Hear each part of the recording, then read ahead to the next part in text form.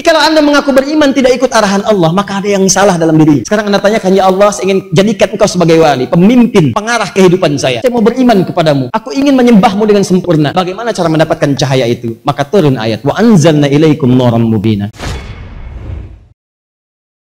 Ketika orang-orang jahiliyah kemudian diturunkan Al-Quran kepada mereka, mereka pelajari dan terapkan dalam kehidupannya, maka muncullah kemudian keterangan bahwa mereka telah keluar dari kegelapan menuju terang benderang. Minadh-dhulumati ilan nur. Siapa yang punya kehendak dhulumat wan nur? Allah.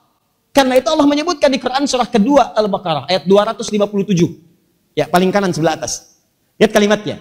Allahu waliyyul ladzina amanu yukhrijuhum minadh-dhulumati ilan nur. Allah akan jadi wali, pemerhati, awas, petunjuk, pemberi hidayah, perawat, penyembuh kalau sakit, pemberi solusi kalau punya masalah. Waliyul ladzina amanu, pada orang beriman khusus. Jadi orang beriman itu langsung disebutkan oleh Allah.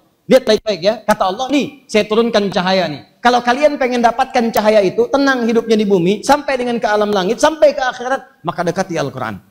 Kalau kalian cuma pengen di bumi saja, nggak pikir sampai dengan ke akhirat, nggak mau beriman, dengan itu pun kalau kalian ngambil dari Al-Quran, akan dapatkan cahaya dari situ. Cuma sampai di bumi aja, ke akhirat tidak, ke alam kubur tidak.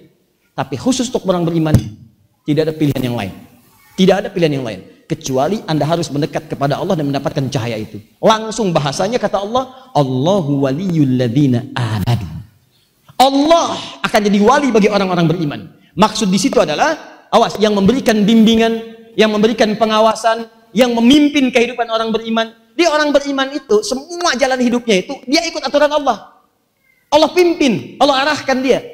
Jadi kalau Anda mengaku beriman tidak ikut arahan Allah, maka ada yang salah dalam dirinya. Makanya ketika Anda ikut Allah, kata Allah, yukhrijuhum minadh-dhulumati ilan nur, akan dikeluarkan dari kegelapan hidup kepada cahaya.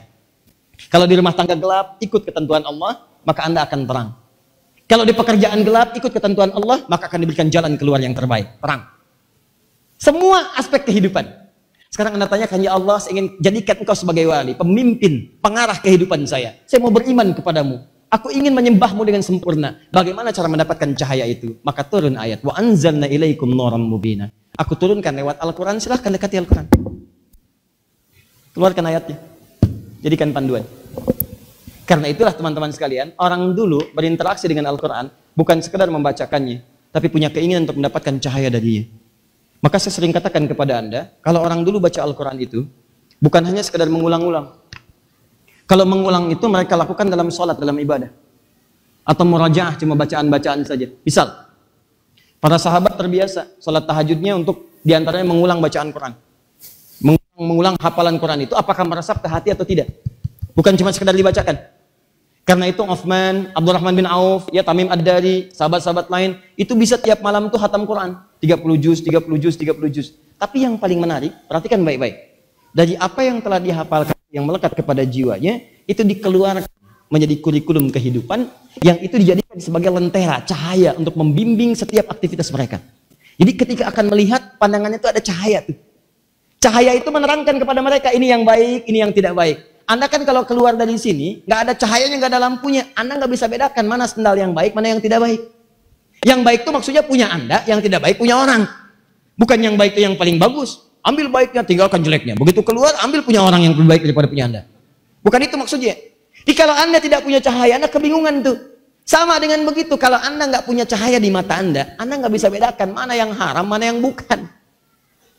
Lihat gambar, Anda nggak bisa bedakan mana gambar haram, mana yang bukan.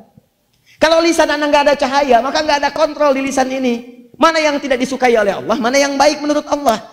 Kalau lisan Anda ada cahayanya, maka yang keluar itu yang baik-baik. Otak Anda gampang milihnya, hati Anda gampang mengarahkannya. Karena hatinya punya cahaya, maka yang dikeluarkan yang baik-baik, yang tidak baik itu ditekan, nggak keluar. Kalau kaki ini punya cahaya, maka langkahnya akan baik. Nggak pernah dibawa ke tempat maksiat. Nggak peduli, mau 80 juta, mau 100 juta, mau 160 juta, nggak akan pernah melangkah. Ya. Dan begitu sadar salah, akan balik lagi untuk taubat. Ingat saya katakan, ingat kalimat saya ini. Manusia kalau salah, apapun kesalahan Anda, dia punya peluang untuk membuktikan diri sebagai manusia dengan sifat kemanusiaannya. Apa itu? Tobat. Kadang-kadang Allah buka aib itu di muka bumi untuk ditutup di akhirat. Maka ketika itu dibuka, segera sesali. Tobat. Dan kalau tahu Anda bahwa ada orang-orang salah, bantu, bukan diekspos kesalahannya. Apa yang mau Anda cari? Membantu dia untuk berubah, atau Anda ingin menjerumuskan dia kepada titik yang paling dalam? Dan apa keuntungan bagi Anda? Cuman senang aja.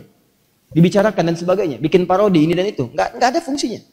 Lebih baik Anda arahkan pada kebaikan, doakan dengan baik, tunjukkan pada jalan yang benar. Ketika dia bertobat, Anda mendapatkan bagian pahalanya.